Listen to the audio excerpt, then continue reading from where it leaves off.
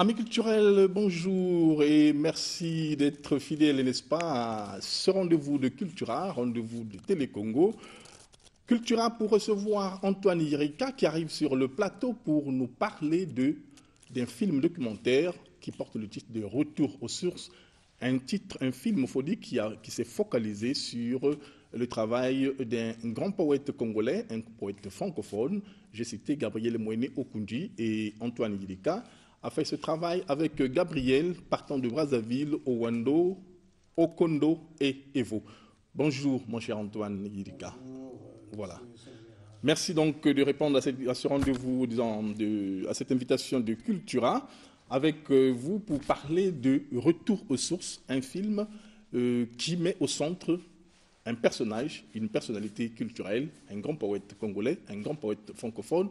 J'ai cité Gabriel Moïne Okundi. Alors, parlez-nous de ce film, mon cher Antoine.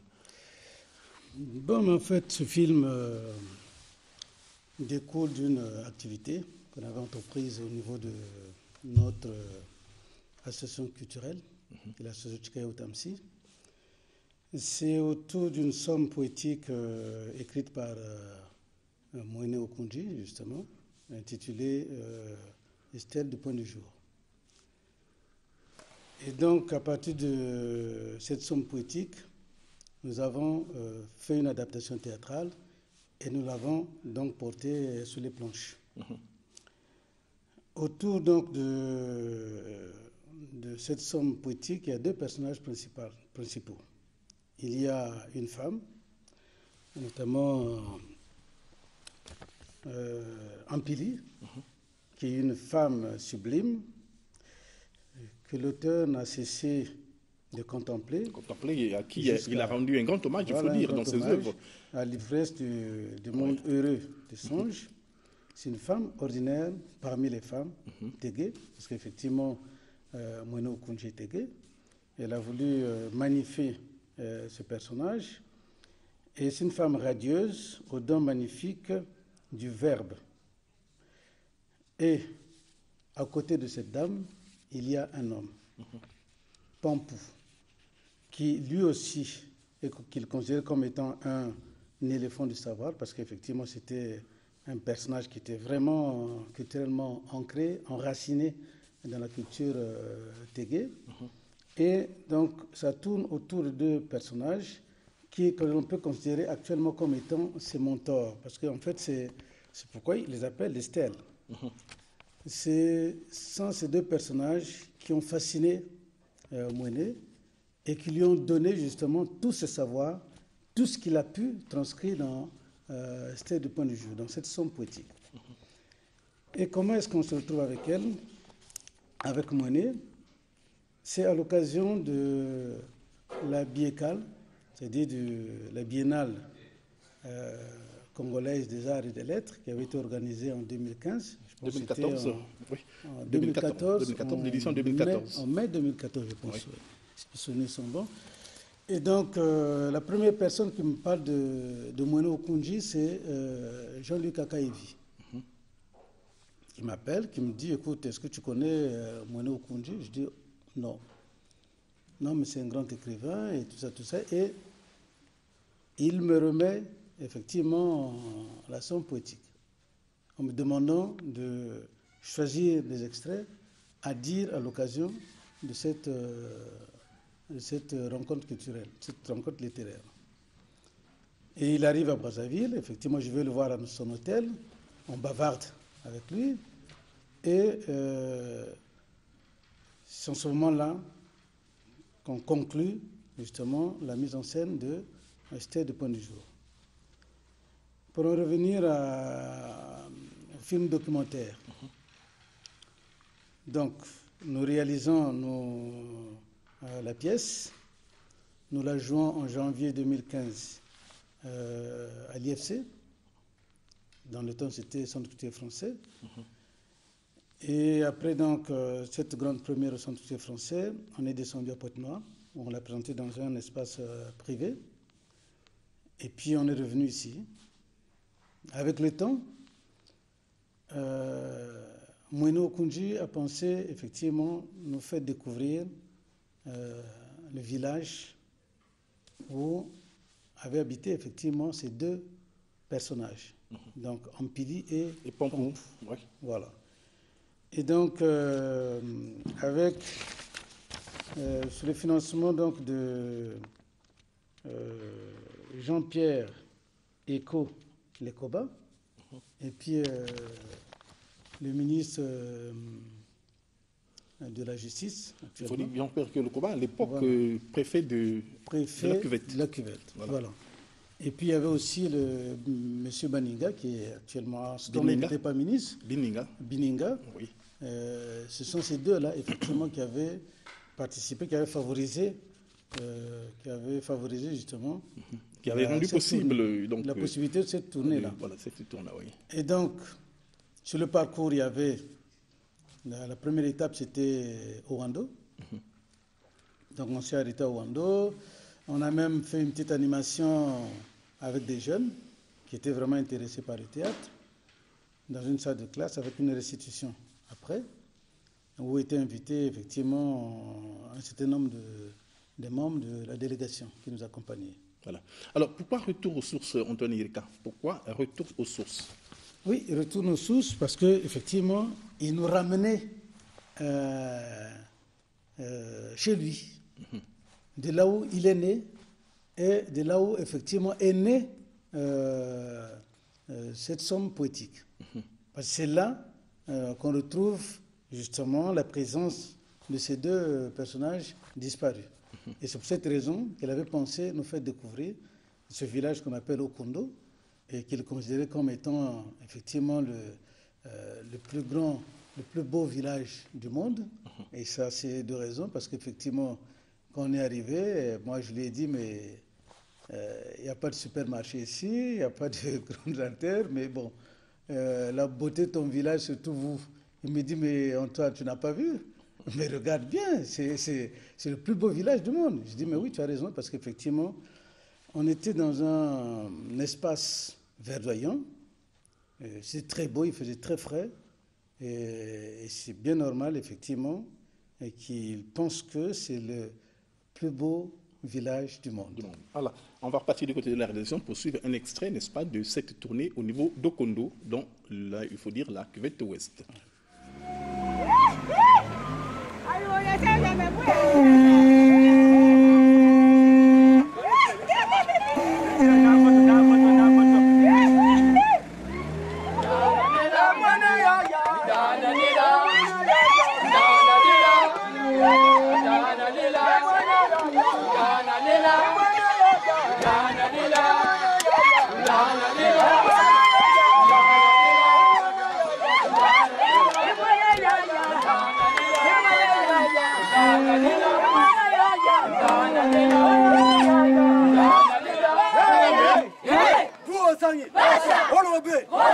boyena mokonzi na biso mwene Gabriel Okunzi na mboka Okondo topesi bino mbote mingi ye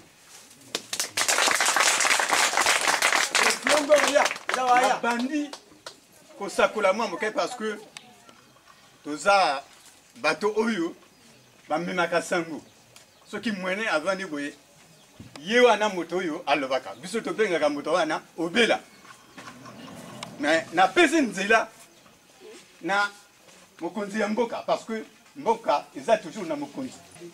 Vraiment esali biso esengo mingi na kati ya Okondo na basi na mibali tovandi kozela mpe mwene ya asayi en tout cas napesi bino mbote.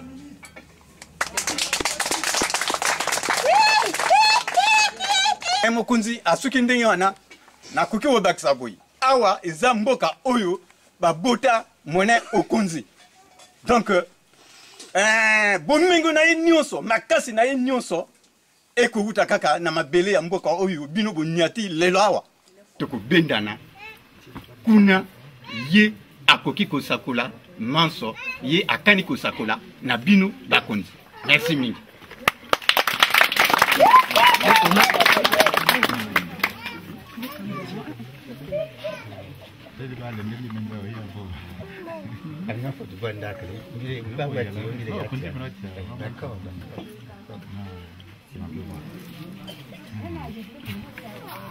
Bon, bon, mais ça peut se remoquer, hein.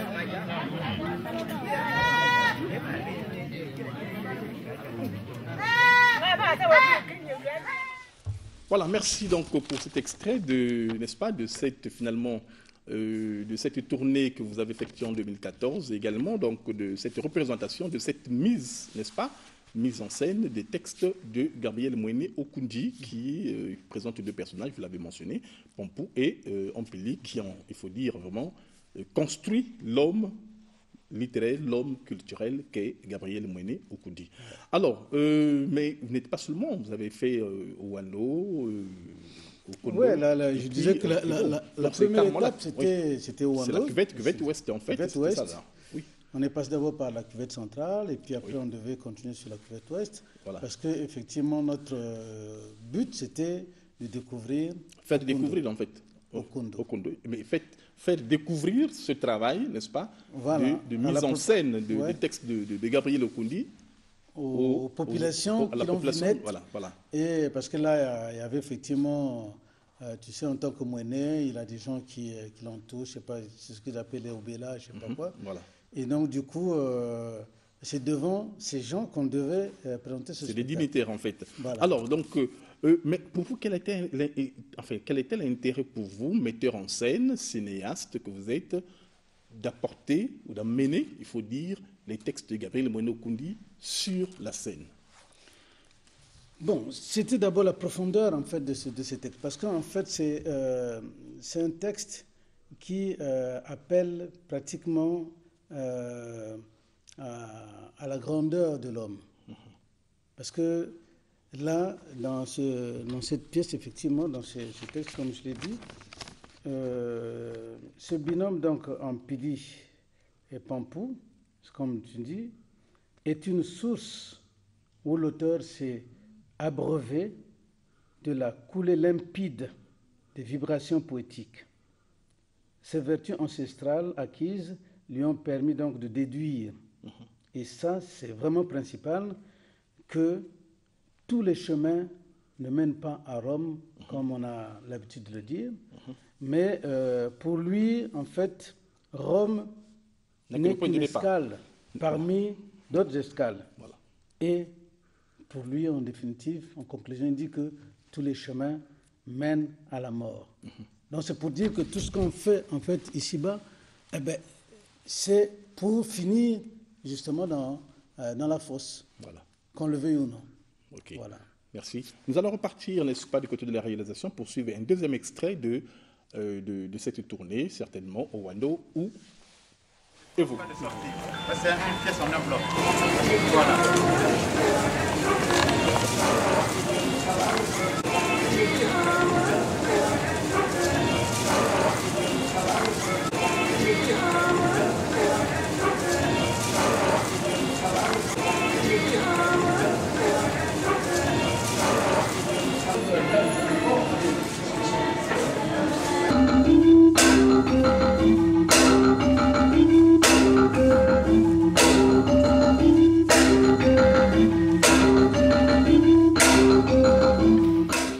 Dis-moi, mère Ampili, n'est-ce pas pour elle-même et non pour les autres que les pleureuses se dévouent dans la complainte des larmes? Je dis, l'ignorance est le nid perdu de l'oiseau. Que dis-tu? Je dis, la vanité est le néant d'un rêve illuminant l'espace. Zouawananga, pas! Je ne te retiens pas. Retenir, c'est perdre. La perte est l'usure de l'âme.